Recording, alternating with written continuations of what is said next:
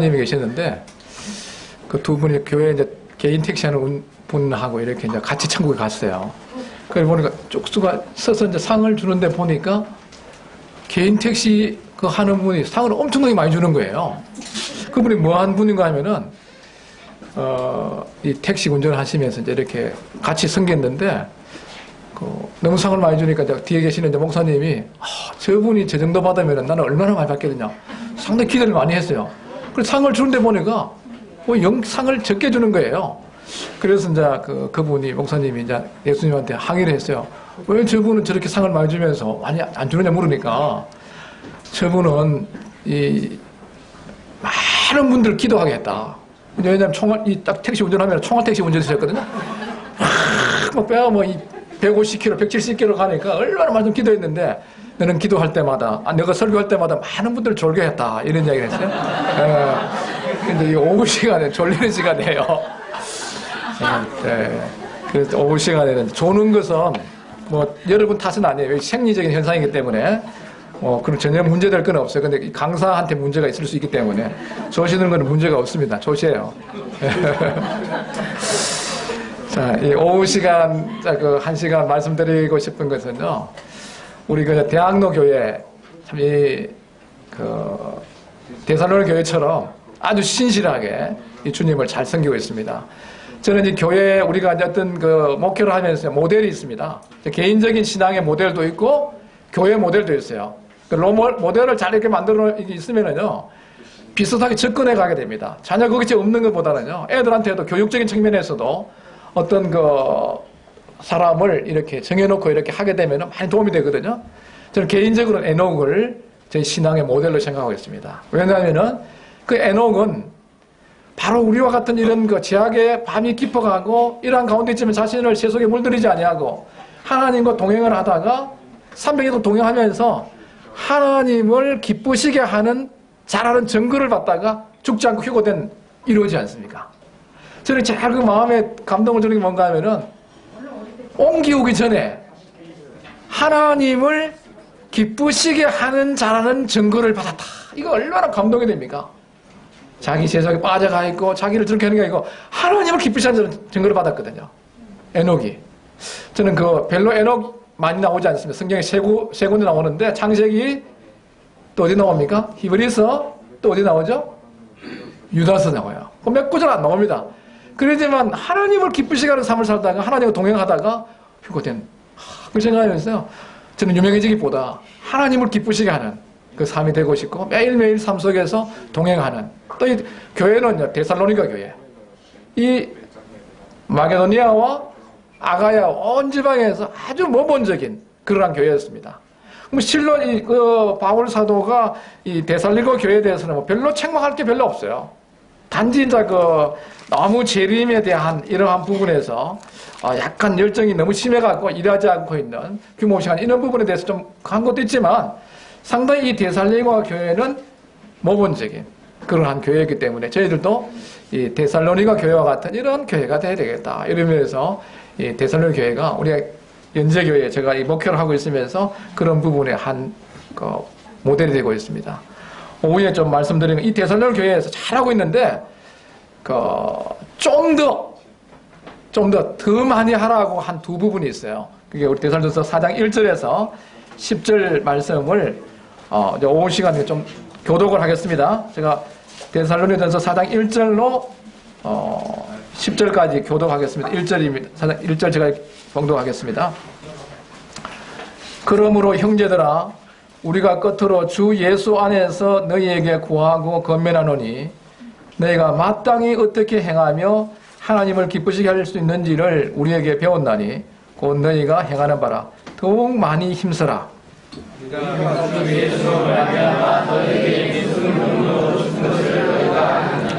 하나님의 뜻은 이것이니 너희의 거룩함이라 곧 음란을 버리고 각각 거룩함과 중요함으로 하나님을 모르는 이방인과 같이 세격을 따르지 말고 이에는 불러서 문제를 해하시다가 이는 우리가 너희에게 미리 말하고 축원한 것과 같이 모든 일에 주께서 전하여 주시니라. 하나님이 우리를 부르심은 부정하게 하심이 아니요 거룩하게 하심이니 그러므로 소리는 않는 사람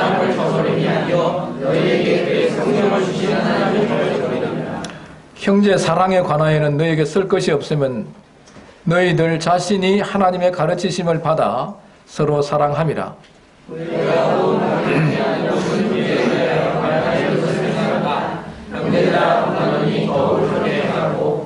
예, 여기 그 4장 1절 끝에 보면은 더욱 많이 하고 이런 말씀이 있고 10절 끝에도 보면은 더욱 그렇게 하고, 그걸 영어로 어떻게 표현했습니까?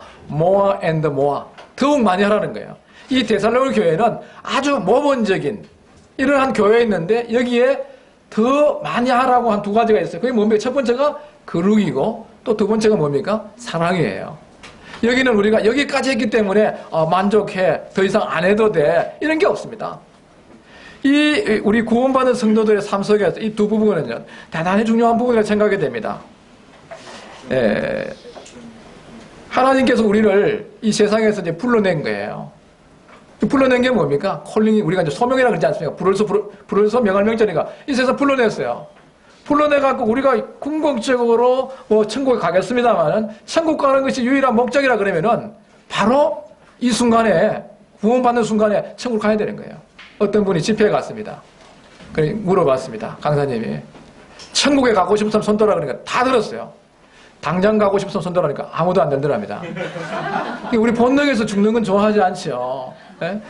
우리 하나님께서 우리를 불러내어서 이 예수 그리스도의 피로 구속하시고 다시 우리를 거룩한 성도라 일컬음을 얻게 하셔갖고 다시 세상으로 보냈습니다. 우리는 세상에서 부름을 받아서 세상으로 보내졌어요. 그리고 우리 성도들은 어떤 책임을, 이중적 책임을 갖고 있습니다. 이 이중적 책임이라는 것은 한편으로는 우리가 세상에 나가서 그 속에 살면서 세상을 섬기고 세상에서 우리 주님의 증인으로서 역할을 감당해야지만은 또 한편으로는 우리가 세속 속에 살지만은 세상 속에 살고 있지만은 세상의 죄와 악으로부터 오염되지 아니하고 거룩하게 성별하게 살아야 될 것이 우리가 아주 중요하게 요구하고 있는 거예요. 이 성경에서 이 구원을 받은 하나님의 자녀들이 세상에 살아갈 동안에 거룩한 삶을 살아야 되는 이 부분에 대해서는요, 구약을 통해 아주 중요한 주제로 주어지가 있습니다. 우리가 이제 뭐 공부를 여기 제가 와서 들어보니까 훌륭한 교사 형님들이 계신 것 같아요. 잘 이렇게 교회 안에서 훌륭한 교사의 은사가 있는 분들이 잘 가르침을 받는다는 것은 대단히 좋은 일이에요. 그 은혜죠. 예. 뭐 저는 그런 잘 가르치는 그런 은사가 이렇게 지적으로 가르치는 그런 데보다 또 다른 이쪽에서 좀 관심이 많아요.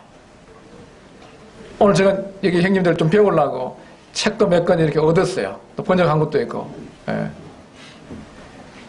지금 우리가 잘 배우셨겠습니다만은 이 거룩이라는 것은 우리가 어떤 면에 이 거룩하다, 성별하다 같은 의미를 갖고 있는데 따로 분리해 두는 것. 구약에 이 하나님을 위해서 따로 분리되어 있는 거예요. 우리가 이 멸망받을 세상에서, 이 제약된 세상에서 이 예수 그리스도의 피로 말미암아서 구원함을 받은 이런 사람들을 성도라 그래요. 거룩할 성 부를도 거룩한 부름을 받은 거예요. 부름을 받아갖고 다시 이 세상으로 보내진 사람들입니다. 우리는 중세시대에 수도사들처럼 이렇게 세상으로부터 도피해버리는, 도피자가 돼도 안 되지만은 또 이 세상의 사람들과 같이 순응해버리는 세속화되는 이것도 성경에서 아주 금하고 있는 것입니다. 이 세상상에 살고 있지만 마치 배가 바다 위에 떠 있고 강 위에 떠 있으면서 어떤 역할을 감당해야 되는 것처럼 우리 구원받은 성도들은 물에 빠져버리면 안 되죠. 배가 물속에 빠져버리면 침몰해버리는 것입니다. 그 위에 떠서 어떤 목적을 수행하게 되는 것처럼 우리가 이 세상으로부터 구원받아 불러내어서 다시 세상으로 보내진 사람들, 뭐 일반적으로 우리가 때 미션 뭐 이런 하지 않습니까? 사명을 받아갖고 세상에 다시 보내져갖고 이 사명을 감당하면서 아주 요구되는 게 뭔가 하면요, 이 거룩한 삶인 거예요. 이 성경에서는 이 거룩함이라는 것에 대해서 그 거룩에 대해서 세 가지, 네 가지로 이렇게 이야기를 할 수 있다고 볼 수 있습니다. 첫 번째는 뭔가 우리 신분적 거룩함이에요. 이 신분적 거룩함은 우리 그 히브리서 10장 10절에 보시면은 이 뜻을 따라 예수 그리스도의 몸을 단번에 들이심으로 말미암아 우리가 거룩함을 얻었노라. 이런 예수 그리스도의 십자가 사역을 통해서 우리가 거룩함을 얻게 된 것입니다. 그래서 이 고린도전서 1장 30절에 보면요, 우리 주님은 우리의 지혜가 되시고 의가 되시고 거룩이 되시고 구속함이 되신 것이죠. 그러니까 우리는 신분적으로 이미 거룩함을 얻었습니다. 또 성경에서는 신분적 거룩뿐 아니라 내가 거룩하니 너희도 거룩하라고 말씀하고 있습니다. 이것은 우리 두 번째는 실제적 거룩함이죠. 우리 신분적으로 거룩한 뿐 아니라 실제 삶 가운데서 죄와 악을 떠나서 성별대가 있고 우리 자신을 주님께 드릴 뿐 아니라 세속화되지 아니하고 거룩한 삶을 살아야 될 것을 성경에서는 신분적 우리가 이제 거룩함이다 이렇게 말씀을 드릴 수 있겠습니다. 뭐 이렇게 구분해서 말씀하고 있지 않습니다만은 신분적 거룩함. 두 번째는 실제적 거룩함이에요. 그 세 번째 이제 우리 거룩함은 뭔가요, 그죠? 이 완전한 거룩함이라고 이렇게 좀 말할 수 있겠습니다. 이것은 우리 주님이 다시 오시게 될 때, 우리가 또 세상 떠나게 됐을 때, 우리 구원받은 이후에도 아직 우리 속에는 재성을 가지고 있고 연약한 이러한 부분들을 갖고 있습니다. 이건 우리가 이제 이 주님이 오시게 이 완전한 거룩함은 성도들에게 아직 미래의 일이죠. 우리가 주님께로 갈 때 영원한 죄로부터 자유롭게 되고 우리를 괴롭히던 옛 본성이 완전히 제거되어서 그의 상태가 거의 실제 신분과 일치하게 되는 이런 것을 우리는 이제 완전한 거룩이다 이렇게 말씀드리겠습니다. 그러니까 신분적 거룩, 실제적 거룩, 완전한 거룩인데 제가 오늘 여기 말씀드리는 지금 보편적으로 성경에서 강조하고 있는 것은 뭔가요? 실제적 거룩함이에요. 우리의 실제 삶 가운데서 이러한 부분에 대해서 거룩한 삶을 살 수 있기를 이야기하고 있습니다. 저는 초기에 이제 구원을 받고 나서 얼마 동안 상당히 신앙생활 좀 혼란이 왔어요. 어떤 성경에 보면 다 해놨다 그러고, 어떤 때는 내가 하라 그러고, 뭐 이런 게 갖고, 이게 어떻게 되는 거냐? 이러면 혼란이 왔는데요. 시간이 지나면서 보니까, 이게 아주 우리가 지금 도시에 살고 있기 때문에 이런 부분들이 그게 되는데, 농사 짓는 건 똑같아요. 이 신앙생활은 마치 이 농부가 농사를 짓는 것과 거의 유사하다고 볼 수가 있고, 뭐 100% 같다고는 할 수 없지만, 유사한 거예요. 농부는 자신이 이 씨앗을 발화시킬 수도 없고, 농작물을 자라게 하거나 꽃을 피우고 열매를 여물게 하는 또 이 생명과 공기와 햇볕을 만들어 내가 줄 수도 없습니다. 농부는 그렇지만 봄에 밭을 갈고 씨를 뿌리고 거름을 주고 정성을 들여서 식물을 가꾸게 될 때 가을에 풍성한 수확을 얻을 수 있습니다. 이 농사 짓는 것은 하나님과 농부가 하는 공동작업이다 이렇게 우리가 이야기할 수 있죠. 이 농부는 하나님께서 하시는 일을 할 수가 없습니다. 조금 전에 말씀드린 씨앗을 발화시킨다든가 자라게 한다든가 꽃을 피운다든가 열매를 이런 건 할 수 없지만 이 농부가 해야 될 일을 해야 되는 거죠. 또 하나님께서도 농부가 해야 될 일을 하나님이 해주지 않는 거죠. 봄이 지금 왔습니다. 우리 경칩이 지나고 이제 봄이 오고 있는데 농부가 하나님이 다 해줄 거야 그러고 절기도 구분하지 못하고 잠자고 있으면 어떻게 되겠습니까? 씨를 뿌리지 않기 때문에 아무것도 가을에 거둘 거 없는 거예요. 이 농부는 이 절기를 구분해야 되고 또 봄이 왔을 때에 밭을 갈고 씨를 뿌리고 이렇게 해갖고 이 그름을 주고 김을 매주고 했을 때 하나님이 그 공동작업 가운데서 풍성한 열매를 맺게 하는 거예요. 우리의 신앙생활도 마찬가지입니다. 하나님이 하실 일과 내가 해야 될 이 두 부분에 대해서 조화를 이루지 않고 한쪽 잊어버리면 안 된다는 것입니다. 어떤 신앙생이 있었는데 그 신앙생이 시험 치는 시간이 됐는데 그게 공부를 안 해요. 공부를 안 하고 하면서 지내고 있는 거예요. 시험 날짜가 다가왔습니다. 시험지를 받아보니까 모르는 게 있는 거예요. 기도를 아무리 해도 안 가르쳐줘요. 이걸 어떻게 써야 되나 이래 보니까 서기도 써야 되겠는데 배운 건 있죠. 하나님은 전지하시다. 전능하시다. 모든 것을 아신다. 그러니까 그 답안에서 1번 보니 모르겠어요. 하나님은 모든 걸 아신다. 2번도 보니까 모르겠어요. 또 하나님은 모든 걸 아신다. 저기 이렇게 이제 써갖고 냈어요. 그 교수님 받아보니까 틀린 말은 아니거든. 하나님 다 아신다라니까요. 이럴 경우는 점수를 어떻게 매겨야 되나. 근데 고민이 되는 거예요. 교수님이. 신학교니까요. 그것도 빵 좀 줄 수는 없잖아요. 그래서 너에게 지혜가 부족하고 후이 주시고 꾸짖은 하나님께 구하라 그러면 그거 좋은 거 아닙니까? 그 구하니까 하나님께서 딱 지혜를 줬어요. 그래 하나님은 100점, 너는 빵점. 그 시험 점수 오는 거예요. 네. 우리 신앙에서 뭔가 하나님이 할 일을 내가 안 하고 깨우름을 부리면서 하나님 책임을 전가시키면 안 되는 거예요. 그래서 이 히브리서 12장 그 14절에 보면은 모든 사람으로 더불어 화평함과 거룩함을 쫓아라. 이것이 없이는 아무도 주를 보지 못한다. 이 쫓아라는 거룩함 쫓아라는 지금은 개혁개정에 따르라고 되어 있어요. 우리가 신분적으로 거룩함을 얻었습니다. 그래 실제적으로 우리가 이 거룩함을 살아가는데 우리 힘으로 안 되기 때문에 성령님께서 우리 안에 오신 거예요. 그래 우리가 여기에서 하나님과 함께 이 거룩한 삶을 추구하는 이러한 것으로 돼야 돼요.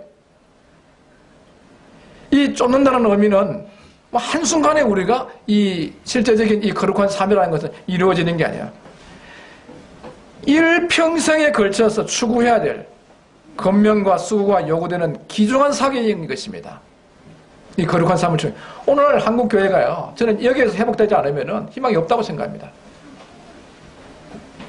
왜 많은 불신자들이 믿는 사람들을 향해서 그렇게 대항을 합니까? 뭐 예수님처럼 무리로 못 걸어간다고 그렇게 하시는 거예요? 뭐 물고기 2마리로 볼따지기를 5,000명 못 만든다고 그렇게 우리 믿는 사람 손가락을 합니까? 아니에요. 너희들이 믿고 있는 그 예수님은 그렇게 거룩하고 성결하고 어렵게 살아가면서 선한 일에 힘쓰는 분이었는데 너희들은 왜 그렇게 죄와 타협되어가고 그러지 못하냐고 반면적으로 이렇게 하는 거 아니겠어요? 지금 미랑이라는 영화라든가 다른 이런 영화 다 보세요. 많은 그 부분들에 대해서요. 말을 얼마나 잘하는지 모르는 거예요. 실제 삶에서는요. 세상과 중국말 하면 차 못 도와요. 차 못 도와. 그리고 요새는요. 개들이 안 짖는답니다. 왜냐하면요. 누가 도둑인지 모른다는 거예요. 에? 그 사탄이 시험을 안 한다는 거예요. 믿는 성도인지 아닌지 구별이 잘 안 되기 때문에. 그만 우리 우스운 이야기입니다만은요. 이 실제 우리의 삶 속에서 이 거룩한 삶을 추구하는 것은 대단히 중요한 이러한 부분입니다. 우리가 어떤 사역을 많이 하지만요. 이것이 상실되면은요. 성령의 역사가 그칩니다. 그리고 왜 성도가 거룩한 삶을 추구해야 되는 데서 저는 한 7가지를 생각해 봤습니다. 첫 번째로 이 거룩한 삶은 하나님께서 자기 백성에 대한 명령입니다. 한번 찾아보겠습니다. 레위기 한번 보겠습니다. 2절 신구약을 찾아보겠습니다. 레위기 11장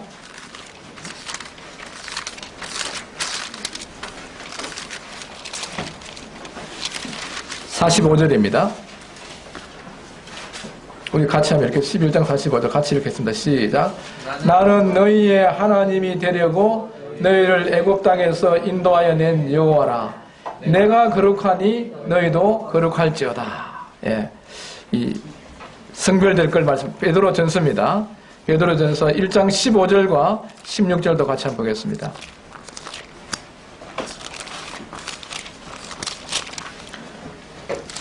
(1장 15절에) 오직 너희를 부르신 거룩한 이처럼 너희도 모든 행실에 거룩한 자가 되라. 기록되었으되 내가 거룩하니 너희도 거룩할지어다. 이 하나님께서 거룩하신 이 하나님의 속성 중에서요. 우리가 뭐 하나님은 사랑이라고도 얘기하지만요. 뭐 하나님 속성 중에 한 10몇 가지가 있습니다. 한 18가지 정도 다 깊이 보면 있는데요. 이 대표적인 속성이 뭔가면요. 거룩이에요.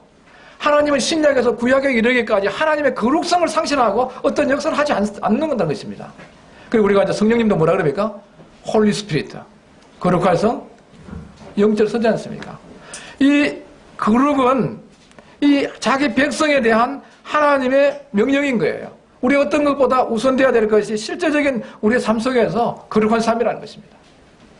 왜? 하나님의 그 명령이에요. 두 번째로는 우리가 아까 데살로니가서 4장 3절에 보시면은 하나님의 뜻은 이것이니 너희의 거룩함이라. 곧 엄난을 버리고 이런 말씀하는데 우리가 하나님 뜻대로 살기를 원합니다.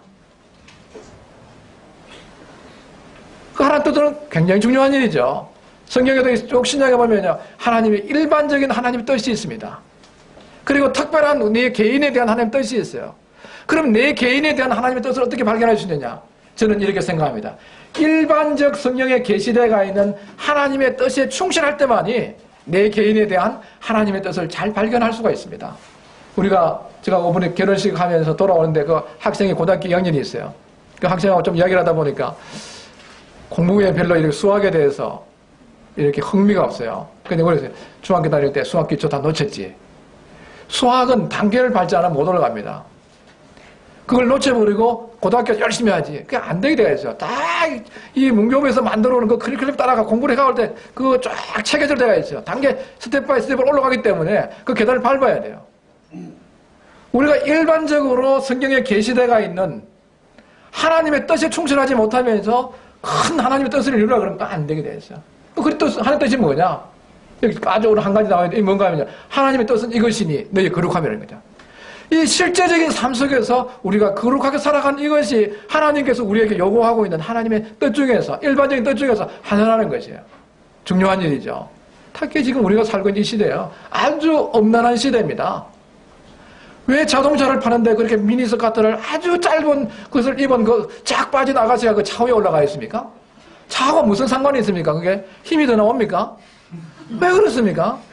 그 다 이름이 있어요. 인간 속에 들어있는, 구원받지 못한 인간 속에 들어있는 사람 마음에서 나오는 악한 생각, 엄난과 살인과 가능과 탐욕, 그런 것을 하겠지만요. 우리가 주의하지 않으면요. 인터넷에 상당한 있는 것들을, 흐르고 있는 것들은요, 엄난물이 대단하게 많이 흐르고 있습니다. 한국에 있는 크리스찬들이에요. 엄난물에 많이 접속되고 있다는 것입니다. 우리 주님은요, 다 아세요. 우리의 마음과 생각을 아십니다. 우리 동기를 아세요. 여러분의 엄밀한 생활 속에 있는 거 다 아세요. 일요일날 다 경건합니다. 일요일 다 그거 하세요. 일요일의 경건은 다 가짜 경건이에요. 보편적으로요. 여러분 실제 경건, 거룩한 삶이 뭐냐? 보이지 않는 삶 속에서 아무도 없는 가운데서 내가 아무 주변에 삶도 없을 때 그때 여러분 하나님 보시는 그게 실제 삶일 수도 있습니다. 그래 실제 우리 삶 가운데에서 이 거룩한 삶을 사는 것이 뭐냐? 하나님이 우리에게 기대하시는 하나님 뜻이에요. 그 다음에 세 번째로 우리가 왜 거룩한 삶을 살아야 되냐? 우리의 신분이 거룩한 삶을 살 것을 요구하고 있습니다. 우리가 성도라는 신분을 갖고 있습니다. 또 하나님 자녀라는 신분을 갖고 있어요.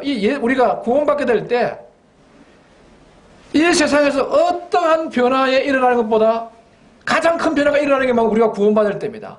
구원받을 때 하나님의 자녀가 되어 있던 그러한 자들이 예수를 주로 구세주로 영접하게 됐을 때 어떻게 됩니까?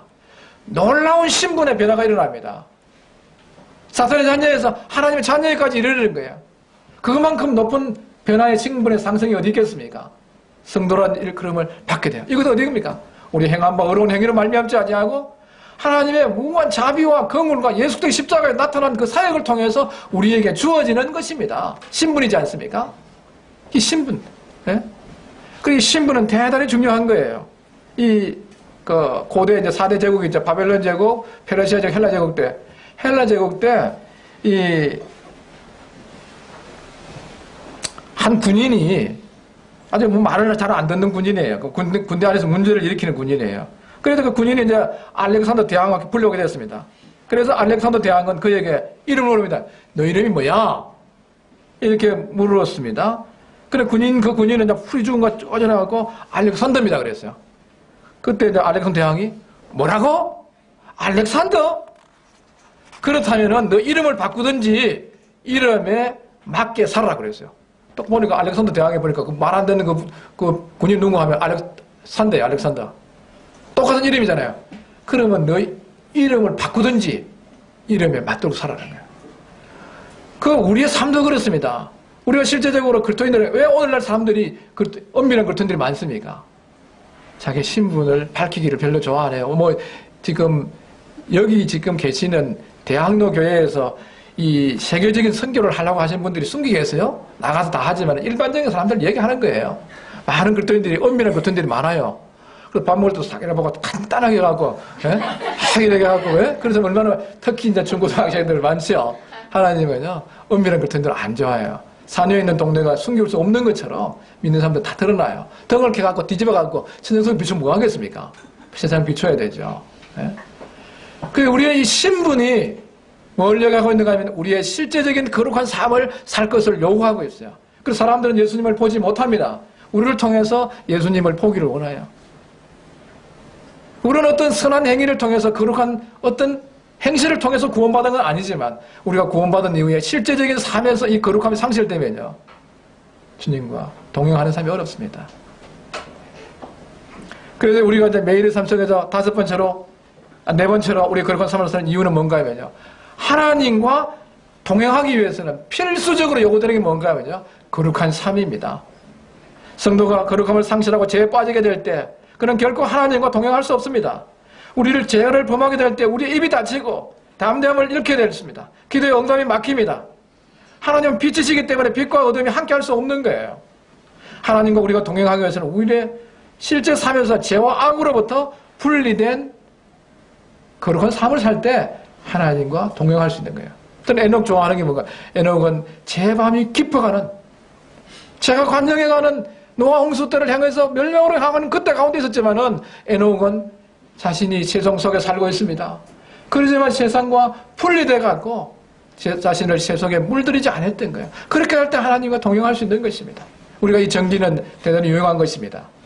이 전기가 있었을 때, 전기는요, 높은 전기가 곧 전압을 가질수록 뭔가 하면요, 이 땅과부터 분리되지 않으면 안 됩니다. 이 지금 들어온 220V도요, 조금만 물이 들어가면 어떻게 됩니까? 누전 차단기가 떨어져 버려요. 누전 차단기 아십니까? 예. 모르신 분은 몰라도 됩니다. 예. 저기 1000분의 1mA만 흐르면 여기 떨어져 버려요. 물, 흐르는 전류, 여기 선에서 누전이 되면 왜 그런가? 우리가 이제 안전을 하기 위해서도죠. 그 감정 같은 거 막아주기 위해서 조금만 이렇게 누전되면 떨어집니다. 지금 저 높은 철탑 있지 않습니까? 이렇게 다 있는 거 있죠. 38만 5천 볼트. 이런 것들은요, 아주 애절해갖고, 애절가 그 한 개당 10,000V 정도 돼요. 이걸 갖다가 한 30개를 쫙 이래갖고 밑에 전선 지나가지 않습니까? 우리가 하나님으로부터 더 능력있게 살면서 하나님의 일을 하기 위해서는요, 세상과 분리된, 성별된, 제가 말하는 이 세상과 분리됐다는 것은 고립되는 걸 얘기하는 거 아니에요. 도피되는 걸 얘기하는 게 아니에요. 실제 삶 가운데서 우리가 이 분리된 그 근근한 거룩한 삶을 살지 못하게 되면요, 능력이 새버립니다. 차단되어 버리는 거예요. 그리고 우리가 하나님과 이 동행하는 이런 삶 속에서 필요한 게 뭔가 하면 이 거룩한 삶입니다. 다섯 번째로 왜 우리가 이제 이 거룩한 삶을 살아야 되는가 하면요, 디모데후서 잘 알고 있는 말씀입니다. 2장 19절로 22절 한번 찾아보겠습니다.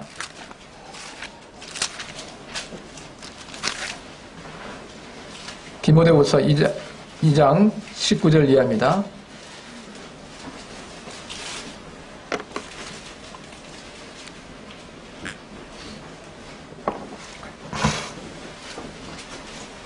그러나 하나님의 견고한 터는 썼으니 인침이 있어 일렀으되 주께서 자기 백성을 아신다 하며 또 주의 이름을 부르는 자마다 불의에서 떠날지어다 하였느니라. 큰 집에는 금그릇과 은그릇뿐 아니라 나무그릇과 질그릇도 있어 귀하게 서는 것도 있고 천하게 서는 것도 있나니 그러므로 누구든지 이런 것에서 자기를 깨끗하게 하면 기이 쓰는 그릇이 되어 거룩하고 주인의 쓰심에 합당하며 모든 선한 일에 준비함이 되리라. 또한 너는 청년의 정욕을 피하고 주를 깨끗한 마음으로 부른 자들과 함께 의와 믿음과 사랑과 화평을 따르라 그랬습니다.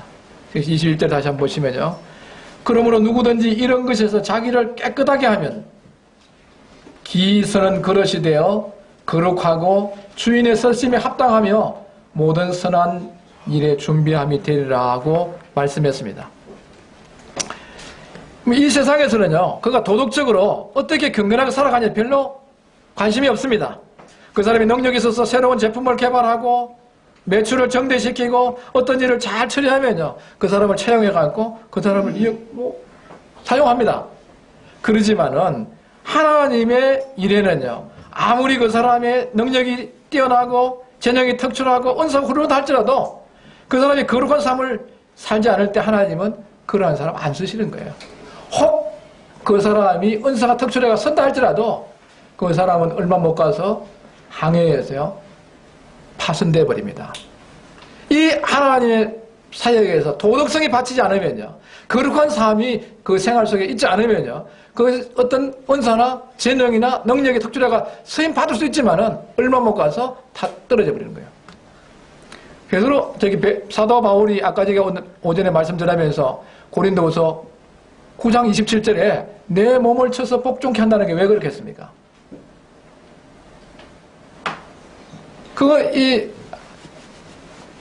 자기가 다시 말씀하고 있는 게 아까 제가 말씀을 그렇게 말씀하셨습니다. 내가 내 몸을 쳐 복종케 하면 내가 남에게 전파하니 자신이 도리어 버림을 당할 거 두려운다는 것은 자기가 어떻게 잘못돼갖고 지옥 가는 두려움이 아니라 하나님의 무대에서 쓰임받지 못한다는 거예요. 우리 많은 사람들이요, 잘 시작한 사람들이 많이 있습니다. 이 신앙은 잘 시작하는 것도 중요하지만 이 삶의 끝까지 하나님의 허락하신 이러한 삶의 믿음의 경주를 감당하는 것은 더 중요한 일이에요. 우리가 지금 이 시대에 훌륭하게 쓰임받았던 19세기, 20세기 말 아주 크게 쓰임받은 빌리 그레함 아시죠? 빌리 그레함 당시에 아주 훌륭한 일꾼 세 사람이 있었습니다. 빌리 그레함은 첫 번째가 아니에요. 그 앞에 더 훌륭한 그 은사를 가지고 있는 수세기마다 한번 태어날 수 있는 그런 뛰어난 메신저가 있었습니다. 그런데 얼마 못 가서 그 사람들은 다 탈락해버렸어요. 그리고 끝까지 지금 한 사람은 빌리 그레함이에요.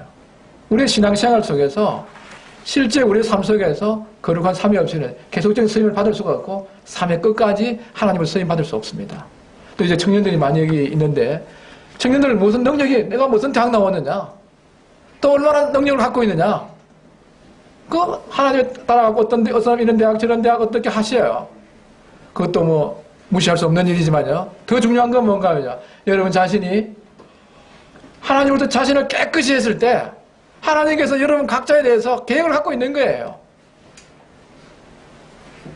우리가 두려워될 게 뭡니까? 세소가 되어버리면 하나님께서 여러분 아무리 좋은 근거를 갖던 사람일지라도 하나님의 무대에서 서지 못했어요.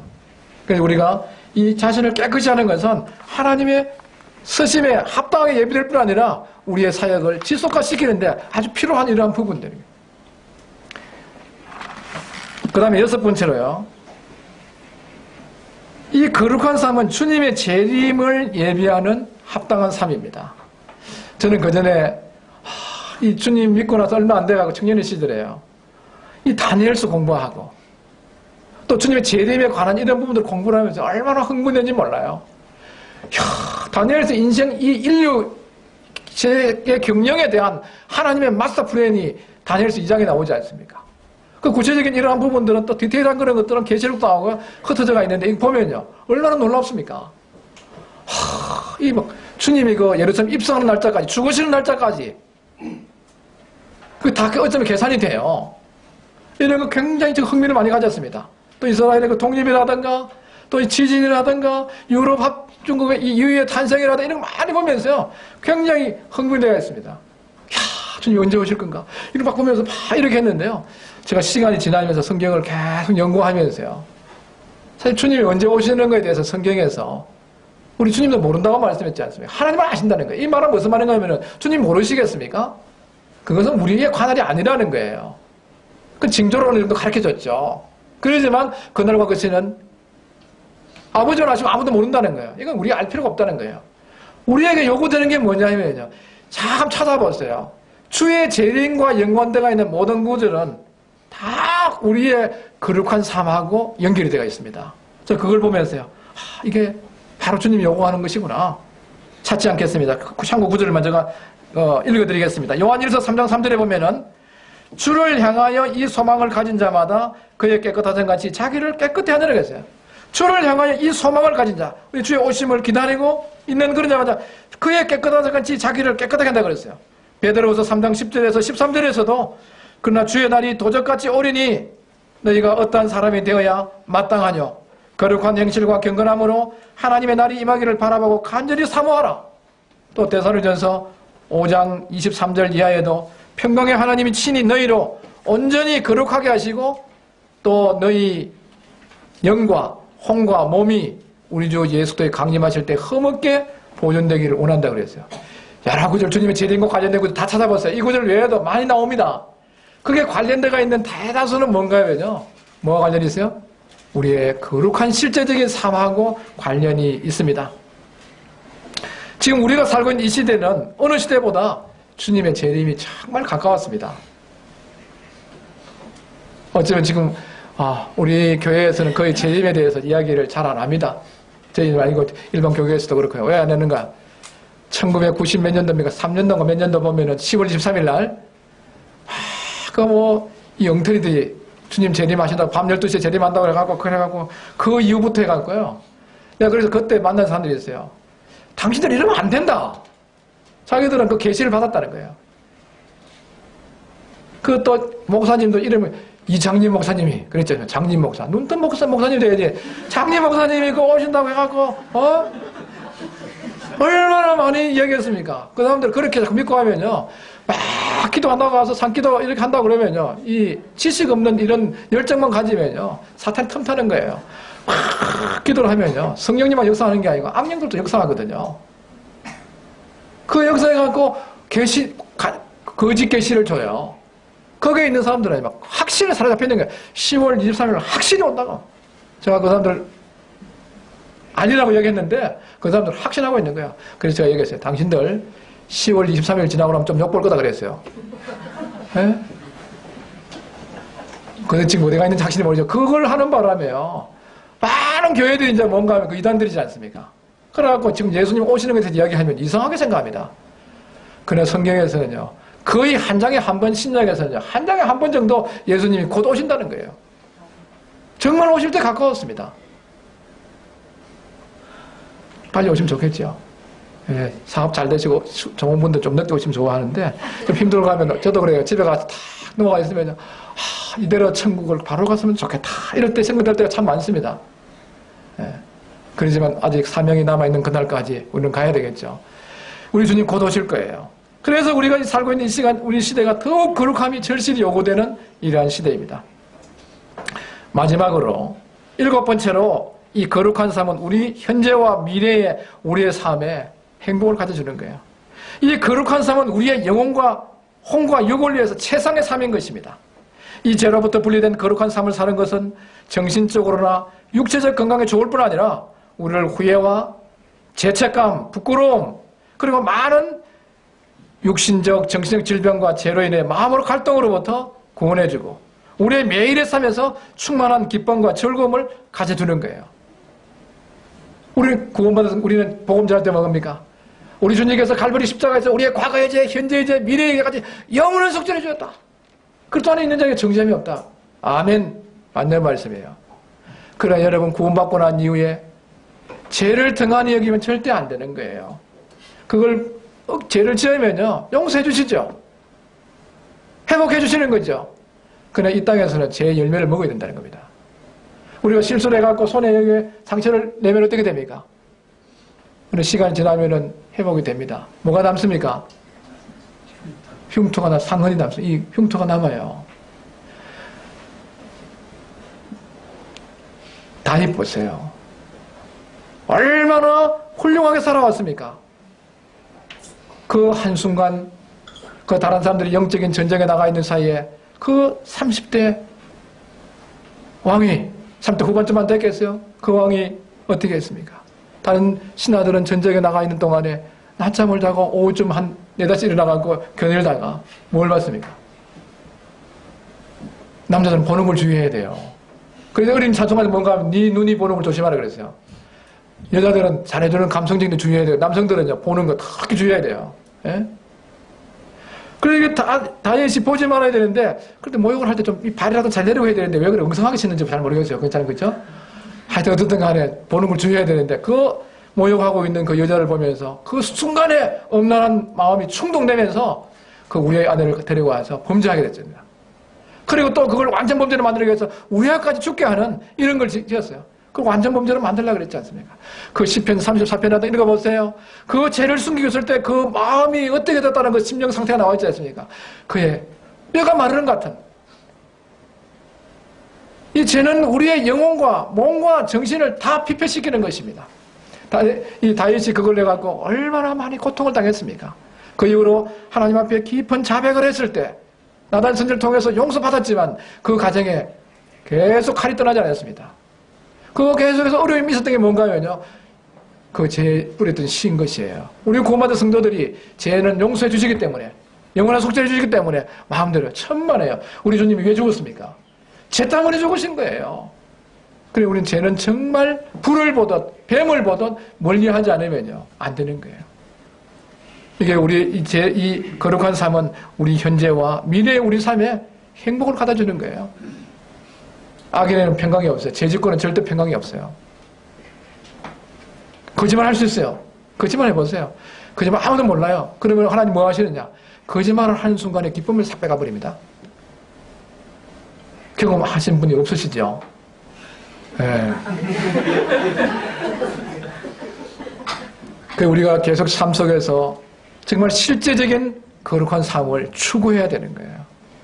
이것도 우리가 이걸 해서 우리가 우리가 영혼의 구원을 받는 것이 아니라 이렇게 신분적으로 구원을 받았기 때문에 성령님과 함께 실제적인 우리의 삶 속에서 이 거룩한 삶을 살아가게 될 때, 이건 하나님이 우리에게 원하시는 하나님의 명령이요, 하나님의 기뻐하시는 뜻이고, 우리 신분에 합당한 삶이고, 오늘 우리의 행복을 위한 것이고, 지속적으로 우리가 쓰임을 받게 하는 것이고, 또 우리가 주의 일에 쓰임 받게 하는 거룩한 삶은 한순간에 성취되는 것이 아니라 일평생을 두고 권면과 수고가 요구되는 거룩한 사역입니다. 그래서 우리가 이 말씀 그것으로요, 요 한 구절을 보고 마치겠습니다. 고린도후서 7장입니다. 고린도후서 7장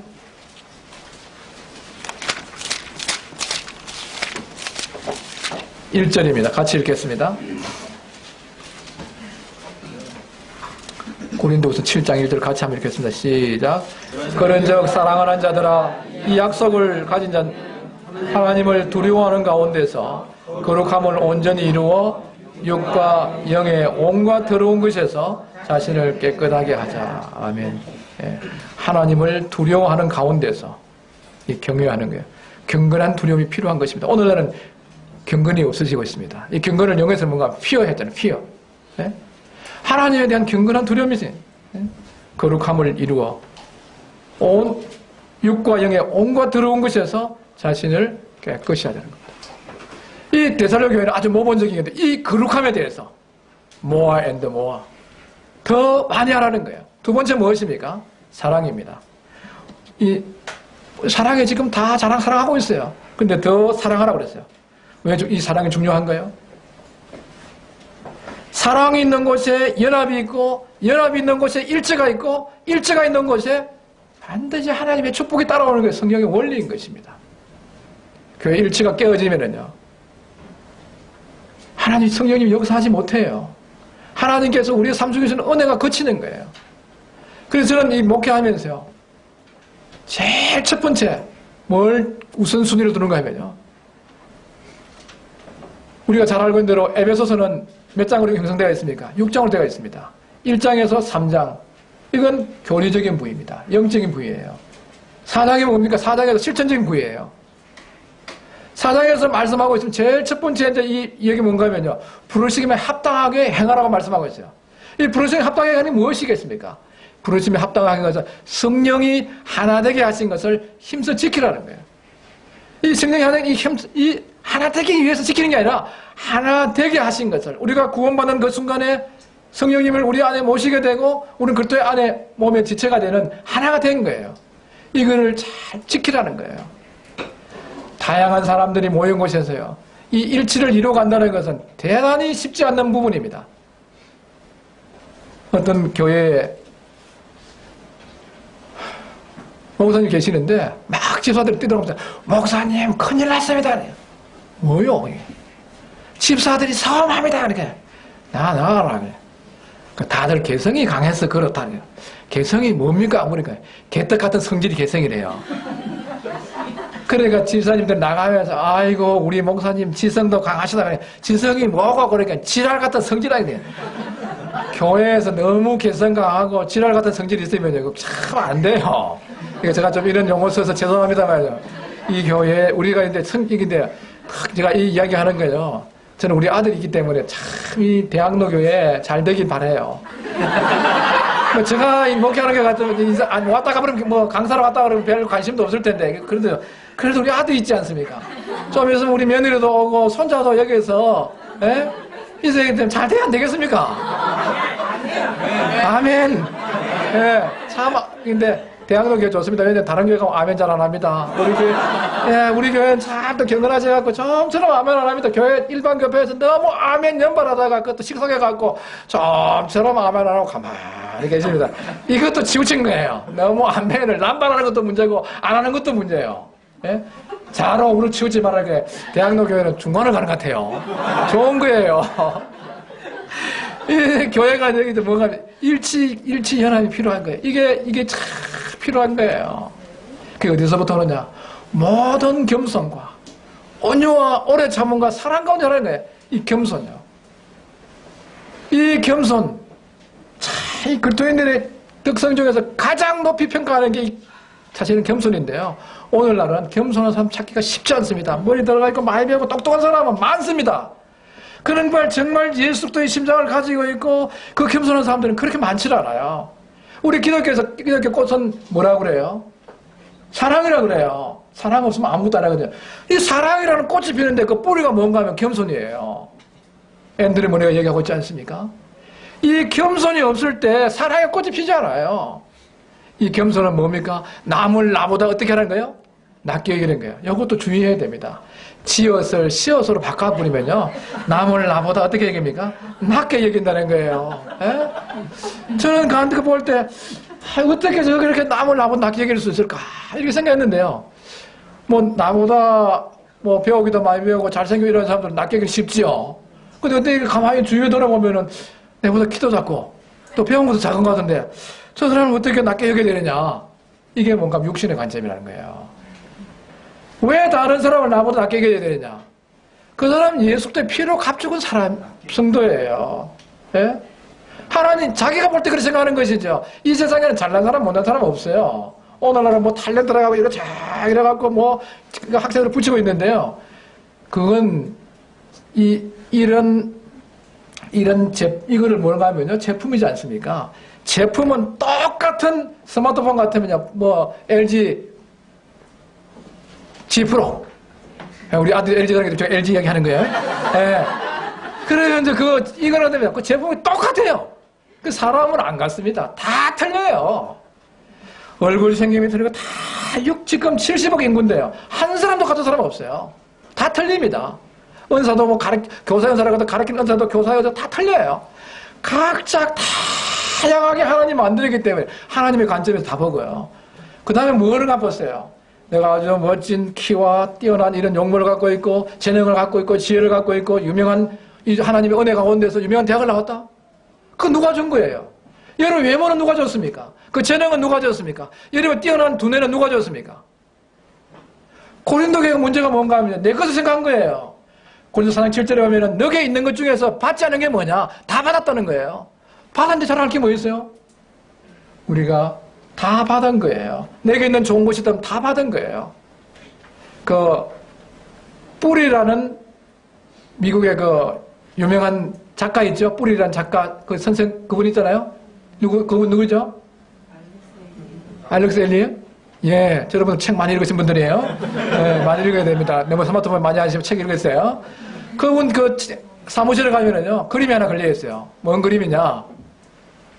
거북이 한 마리가 담장 위에 올라가 있는 그림이에요. 그래 자기 그 책상 앞에 딱 걸어놓은 거예요. 사람들이 와서 물어봅니다. 저 그림을 왜 그렇게 이렇게 붙여놨냐고 물어보면요. 다른 사람들이 자기가 선 글에 대해서 칭찬해주고 자기도 자기가 선 책을 글을 보면서 너무 감동이 되고 우쭐하려고 할 때 저 거북이를 바라본다는 거예요. 거북이가 어떻게 스스로 담장 위에 올라갈 수 있겠습니까? 누군가가 올려놔 준 거예요. 여러분이 갖고 있는 훌륭한 재능, 은사, 또 세상적인 그런 훌륭한 어떤 것들이 있다 그러면요. 그 모두가 다 하나님께로 온 거예요. 많이 배웠다면 못 배운 사람을 돕기 위해서, 여러분이 훌륭한 은사를 갖고 있다면 다른 은사를 보충하기 위해서, 많은 재물이 있다면요. 그것을 주와 복음을 위해서 가난한 자를 위해서 쓰기 위해서 주어졌다는 것입니다. 그래서 우리가 실제 우리의 하나님이 가는 본점에서 바라보면요. 나보다 못한 사람이 없어요. 나보다 못한 사람이 보일 때는 영적으로 그때 잘못된 거예요. 한 사람 한 사람이 얼마나 귀중한지 모르는 것입니다. 그래서 모든 겸손, 이 교만은 천사가 마귀가 되게 하는 거예요. 겸손은 지옥 갈 죄인이 하나님의 자녀가 되게 해주는 것입니다. 대단히 중요한 덕성 중에서 주님의 덕성이 그렇지 않습니까? 우리 주님이 얼마든지 백마를 타고 예루살렘 입성할 수 있는데도 어떻게 했습니까? 나귀 새끼 타고 입성하신 거예요. 하물며 우리가 어떻게 살아야 되겠습니까? 그 주님의 겸손한 그 마음이 다 정말 필요한 거예요. 저는 옛날에는 능력 구해서 지금 능력 많이 구하지 않습니다. 하나님 매일매일 겸손하게 거룩하게 주님 원하시는 주님과 동행하는 삶이 되게 해주세요. 그런 기도 돼요. 온유 더 이런 부분 많이 공부하시겠습니다. 부드럽고 따뜻한 거 필요하겠죠.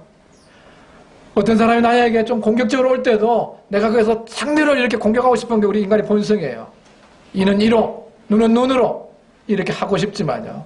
참된 온유는 무엇입니까? 그 사람이 나에게 공격적으로 올지라도 그렇게 대항하지 않는 거예요. 또 하나님께서 나에게 허락해준 그런 상황이 힘들고 어렵고 그런 상황 가운데서도 주님이 주시는 그러한 인내로 견뎌나가는 거예요. 우리가 늘 어려운 게 아니에요. 이 세상에 항상 이렇게 산이 있는 것처럼요. 파도도 마찬가지고 그런 거예요. 우리 개인에도 그렇고 가정에도 그렇고 교회에도 어려움의 순간도 올 수 있는 거예요. 그런 이 겸손하고 온유한 심령들을 가진 분들이 오래 참은 가운데 있게 될 때 사랑으로 하나 될 수 있는 거예요. 이 사랑이 있는 곳에 뭐가 있습니까? 일치가 있어요. 일치가 있는 곳에 뭐가 있다고요? 축복이 있습니다. 시편입니다. 시편 133편입니다.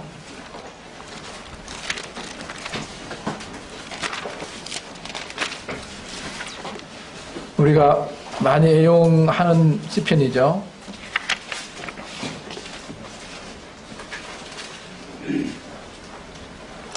이 말씀 끝나고 나면 동영상 준비된 거 하나 보여주세요. 네.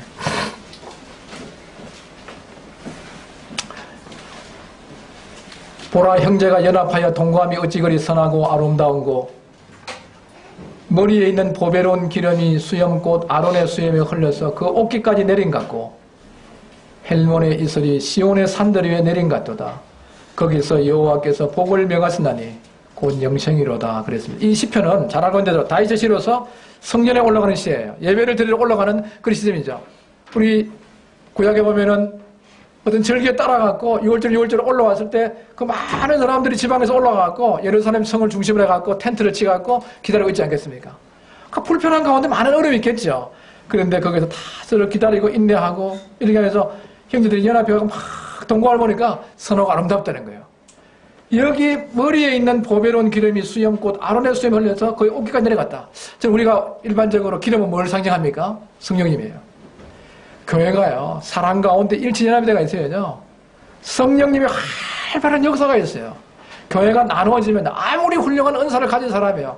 그 말씀을 쪼개고 아주 질서정연한 서론 본론을 다 해야 돼요. 하나도 안 됩니다. 심령들이 성령님 역사 안 하면요, 어떻게 우리 감동이 되겠습니까? 성령님 역사는 어떻게 사람들이 죄를 깨닫겠어요?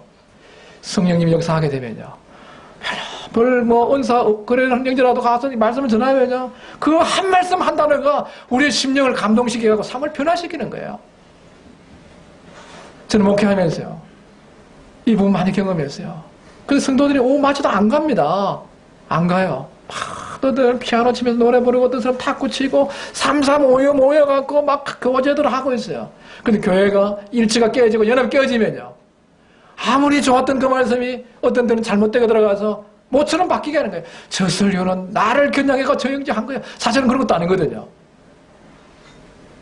이 일치가 되어 있으면요, 어떤 형제가 와가 교제를 해도요, 은혜됩니다. 감동이 돼요. 왜? 성령님이 역사하시는 거예요. 그때 있는 이 다른 분들이 교회 오잖아요. 교회 와갖고 오면 청년 들으면 우리가 설교하는 사람들은요, 야, 오늘 내가 말씀을 잘 들었기 때문에 처음 온 사람이 굉장히 저 말씀을 듣고 구원받으러 간대. 저는 한 사람도 그런 사람 못 만나봤어요. 지금 30년 가까이 목회했거든요. 그 오면 처음 오는 사람들은 뭔가 하면 분위기에 아주 민감해요.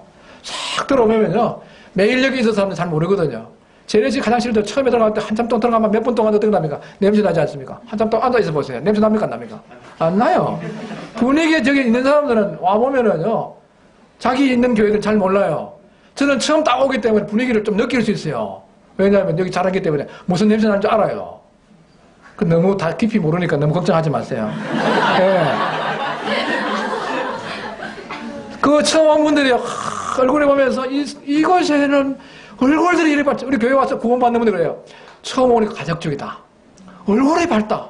뭐가 있는 것 같다. 그 이야기 많이 들었어요. 제가 듣기 좋게는 설교돼서 은혜 듣다 하면 참 듣기 좋은데 그런 사람들은 잘 없더라고요. 그럼 그거 감사한 거예요. 뭐 그좀 성경도 모르는 분들이 그렇게 무슨 은혜 되겠습니까? 다음에 은혜 받으면 되죠. 그리고 그분들 이야기하면서 가족적이다. 또 오고 싶다. 대다수 그런 얘기 들었어요. 그게 뭔가 하면요, 성령님 역사라고 생각합니다. 형제가 연합해서 동거하니까 성령님께서, 성령이 머리 위에 있는 보배로운 기름이 수염꽃 아론의 수염에 올려서 그 옷게 내리는데 성령의 활발한 충만함이 거기 있는 거예요. 어디에? 사랑, 일치, 연합이 있는 곳이 있다는 것입니다. 거기에 또 뭐가 있습니까? 헬몬의 이슬이 시온 산들에 내려가는데, 시온, 이슬은 성경 찾아보면 은혜입니다. 이건 제가 좀 약간 비유적이라서 죄송합니다만, 이 이슬이 내리는데, 이슬 내려갔고요. 이 뭐 이슬로 가고 우리 한 시간 설교할 수 있겠죠. 이슬이 있는데, 이 이슬은 참 좋은 거예요. 이 이슬 내리면요.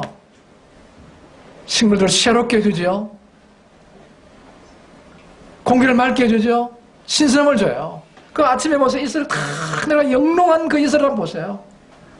뭔가 뭐 시성이 있는 분들 뭐 시를 쓰고 싶은 거 아니겠어요? 이 이슬은 은혜라고 생각해요. 우리 인생에서요. 많이 좋은 대학 나왔다고, 많이 물 똑똑하다고, 또 뭐 많이 한다고요. 그 다 은혜 없으면 아무것도 아니에요. 인생 살아보세요. 조금 떨어지고 조금 부족해도 하나님 은혜가 있으면 좋은 거예요. 예? 교회 은혜 있으면요. 지나가다가 밟아보세요. 그것도 괜찮아요. 근데 은혜가 없으면요. 좀 오만 그게 생겨. 예?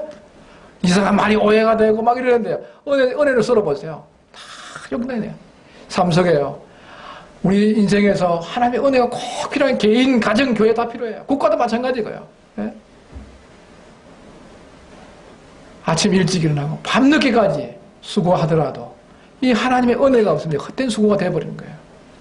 정말 우리 삶 속에서 이 은혜도 언제 옵니까? 이 이슬이 언제 내립니까? 이슬은요, 구름이 없어야 돼요. 바람이 안 불어야 돼요. 그때 탁 내리는 거예요. 이게 어디 저는 마지막에 이 지금 말씀에 두 가지 그겁니다. 더 많이 하라는 거. 데살로니가 교회에서 뭐 본 적이 없습니다. 첫 번째 뭐였습니까? 거룩함에 더 모아인데 모아. 두 번째 뭡니까? 사랑에 더 많이 하라는 거예요. 왜? 사랑은 사랑이 있는 곳에 일치가 있고, 일치가 있는 곳에 뭐가 있어요? 연합이 있고, 연합이 있는 곳에 하나님의 축복이 반드시 따라옵니다. 그래서 안 믿는 사람들도 가하 만사성이라 했지 않습니까? 가정에 화목대가 있는 거예요. 이 하나님은 복의 근원이시고 복 주시기를 원하세요. 다 여러 가지 주시기를 원하는데 화목이 일치가 깨져 버리면요, 그 복이 거기 못 모르고 다 버려요. 굉장히 중요하다고 생각합니다. 그래서 사도 바울이 그 모본적인 믿음의 역사와 사랑의 수고와 소망의 인내가 있는 그 아주 모본적인 교회에, 데살로니가 교회에 왜 더 많이 하라고 하겠어요? 뭐였어요? 거룩함이었어요. 또 뭐였어요? 사랑이었어요. 여기에 복을 명했는데 무슨 영생의 복이라 그랬어요. 이 성령이 역사하고 있을 때요, 그 말씀을 듣고 개인기도를 통해서요, 영혼들이 구원받고 돌아옵니다. 이게 끝이면요, 아무리 질서정연한 은사가 있는 분이 잘 지낸다도요, 죄를 깨닫지 못해요. 성령님 역사하는데 어떻게 그가 예수님을 알 수 있겠습니까? 말씀을 정리하겠습니다.